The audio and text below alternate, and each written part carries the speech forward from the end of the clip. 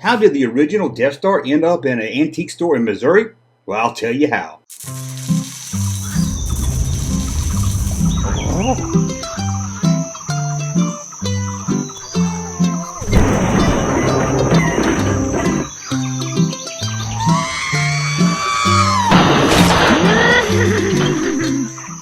Star Wars had more props than it did laser bolts. The question many Star Wars fans ask, what happened to these props after the filming of the movie? Did they end up in a museum? Did they end up at Skywalker Ranch?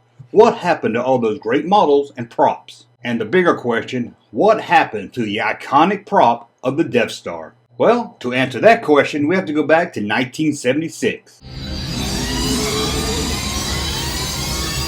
During the filming of Star Wars, a lot of the movie props and model was sent to a storage unit called Dollar Moving and Storage. The storage unit was rented by 20th Century Fox to house the Star Wars models and props until the end of the production of the film. After Star Wars was completed, 20th Century Fox felt no need for the storage unit. Instead of using money to house the props and models somewhere else, 20th Century Fox just let the storage unit trash it all. Now, some of these props and models was retrieved by the Star Wars crew, who wanted to hold on it, probably for sentimental reasons and because it was Star Wars. But keep in mind, this was before the release of Star Wars. Most people didn't know it was going to be the mega hit it was and changed pop culture forever. The rest of the movie props that didn't get picked up by the Star Wars crew, it was placed in the nearby dumpster. However, one of the company's employees decided to take a few pieces out of the trash for himself. He took home 2 surfaces from the Death Star trench run and the model of the Death Star. And for years, that model of the Death Star was on display at his California home. That was until 1988 when Doug moved to Missouri. He had really no place to keep the massive sized Death Star and thought it would look really good at his mother's antique store. Star Wars fan and collector Todd Franken, who lived in the area, was passing the antique store one day when, out of the corner of his eye, he saw what he thought was the Death Star. He quickly did a U-turn and turned into the store's parking lot. Once he exited his car and walked up on this Death Star, he knew in his mind, without a doubt, this was a model for Star Wars used for the film. This wasn't made by just some Star Wars fan. The details were too good. He was convinced this was the real thing, but as a college student, he really didn't have the money to put down for a Death Star that may or may not be real. He talked with his parents and others who helped him raise the money if he could prove this was the real prop from the Star Wars film. How could one of the most iconic movie props end up at an antique store in Missouri? It just seemed impossible. So, Todd started his research. He finally contacted Lucasfilm, who let him know the prop for the Death Star was destroyed during the making of the film, and what he saw at the antique store could only be a fan-made prop. However, Todd still didn't believe this. It was too good to be fan-made, so Todd went back to the antique store armed with photos from the film and the making of Star Wars, to compare the Death Star with the prop that he had found. When Todd pulled into the parking lot of the antique store, he noticed something different.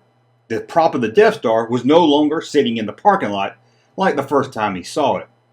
Worried, he headed inside, hoping that the owners moved the Death Star inside. That's where he found out the Death Star were sold to a local country music show called Star World. So he jumped back in his car and headed to Star World. And there it was, the Death Star prop on display at Star World. Todd was very disappointed to find out that the new owner didn't want to sell it, and it stayed on display at Star World for a few more years. That was until late 1993 when Todd found out that Star World was closing down and selling everything they owned. Todd, along with his brother Pat and their friend Tim Williams, headed back to Star World, hoping to buy the iconic prop. When they got there, they seemed to be too late. Everything was sold. There was nothing left of Star World.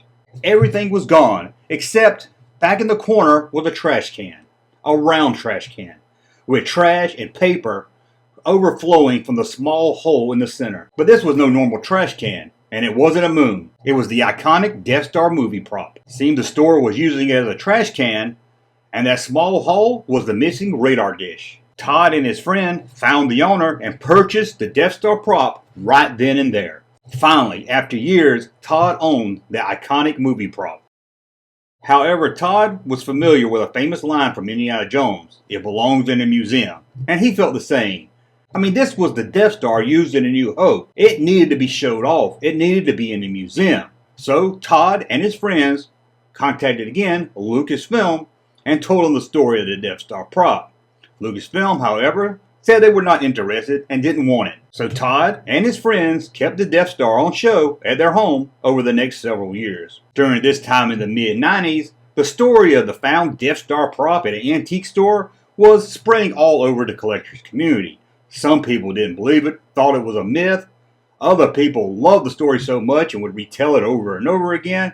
One of these collectors that heard the story and shared it around was Gus Lopez, who was a massive Star Wars collector himself. But Gus wanted to see this movie prop found at an antique store for himself, and in the back of his mind, he wanted to own it. In 1999, he contacted Todd to see if maybe he could purchase the Death Star from them. After a few days, Todd called him back to let him know him and his friends had thought about auctioning off the Death Star, but they decided from talking to each other, the best thing for the Death Star movie prop was to be sold to Gus Lopez, who they knew would take care of it, display it, and share it with the world. After all, this was the man that ran the Star Wars Collector's Archive site. They knew it would be in good hands and taken care of. So Gus hopped on an airplane to Missouri to meet the guys and take a tour of the history of the Death Star model prop.